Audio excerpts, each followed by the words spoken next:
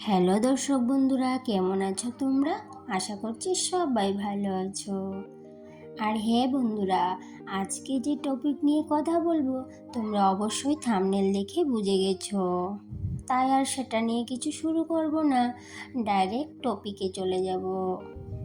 আমি ঠাকুর ঘরে যে নিয়মাগুলি মেনে চলি সেগুলো নিয়ে আজকে একটু আলোচনা করব। ওই যতটুকু জানি ততটুকুই কিন্তু আলোচনা করব।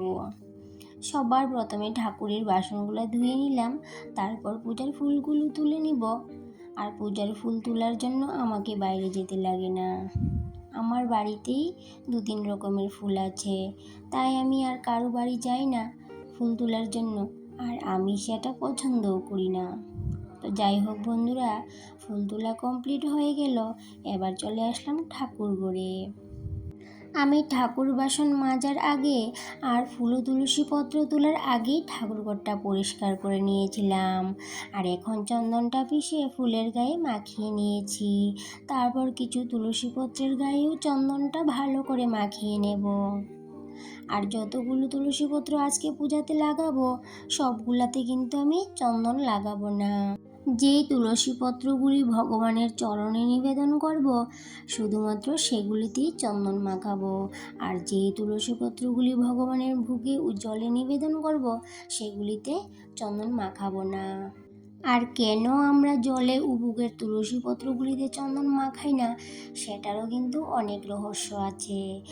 আমার অনেক ভাগ্য যে আমি ওই রহস্যের কিঞ্চিত মাত্র আমি জানি, আর ওই কিঞ্চিত মাত্রই তোমাদের সাথে শেয়ার করছি।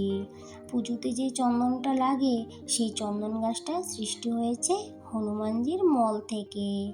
আর যেহেতু হনুমানজির মল থেকে চন্দন গাছের সৃষ্টি, সেহেতু ভগবানের বুকে ও জলের তুলসী পত্রে চন্দন লাগানো হয় না। আর হনুমানজির মলে কেন চন্দন গাছ সৃষ্টি হয়েছে সেটা তোমাদের সাথে অন্য আরেকদিন আলোচনা করব। আর যেই তুলসী পত্রগুলিতে চন্দন লাগিয়েছি সেগুলোকে এক এক করে ভগবানের চরণে নিবেদন করে নিচ্ছি। আর এই তুলসী পত্রের উল্টো সাইডটা থাকবে নিচের দিকে, আর মসৃণ সাইডটা থাকবে উপর দিকে।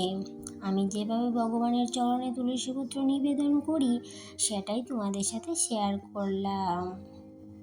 আর তোমরা তো দেখতেই পেলে যে আমি শ্রীমতী রাধারানীর চরণে তুলসীপত্র নিবেদন করিনি, আমি শ্রীমতী রাধারানীর বুকে তুলসীপত্র নিবেদন করেছি।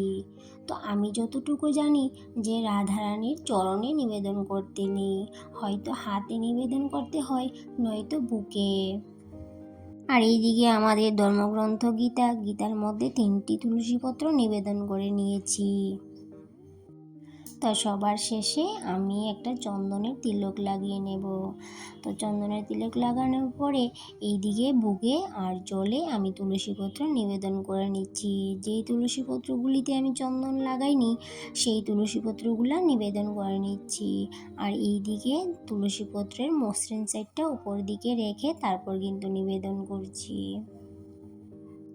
ঠিক একইভাবে ভোগেও নিবেদন করে নিচ্ছি। আমি তুলসীপত্র একসাথে বেশি করে তুলে রেখে দিই, কারণ কি, যেহেতু বার দোষ থাকে সেহেতু যেদিন বার দোষ থাকে না ওই দিন আমি বেশি করে তুলসীপত্র তুলে রেখে দিই। তোমরা যদি বার দোষ কী কী বারে পড়ে সেটা জানতে চাও তাহলে তোমাদের সাথে অবশ্যই শেয়ার করব, তবে অন্য ভিডিওতে। আর এই দিক দিয়ে একাদশী তিথিতে তুলসী দেবীকে জল দান করতে নেই, কারণ ওই দিন তুলসী দেবী একাদশী ব্রত করে। আর ওই দিন যদি আমরা তুলসী দেবীকে জল দান করি তাতে তুলসী দেবীর একাদশী ব্রতে ব্যাঘাত ঘটে। তো তাই জন্য একাদশী তিথিতে তুলসী দেবীকে জল দান করতে নেই। তাই জন্য কিন্তু একাদশী তিথিতে আমি তুলসী দেবীকে জল দান করি না। আর রবিবারেও কিন্তু তুলসী দেবীকে জল দান করি না। তো ওই দিনগুলা মেনে চলি। তো যেহেতু একাদশী তিথিতে জেনে গেছি যে একাদশী তিথিতে তুলসী দেবীকে জলদান করতে নেই, সেহেতু কিন্তু আমি সেগুলো মেনে চলি। আর সেটাই কিন্তু তোমাদের সাথে শেয়ার করেছি।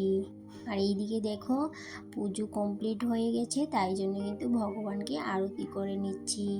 আর আরতি করার সময় কিন্তু ওই যে আরতিটা গোল গোল করে করতে নেই, এই যে ওম আকার ওই রকমভাবে আরতিটা করতে হয়, তাই জন্য কিন্তু ওই রকমভাবে আরতিটা করে নিচ্ছি।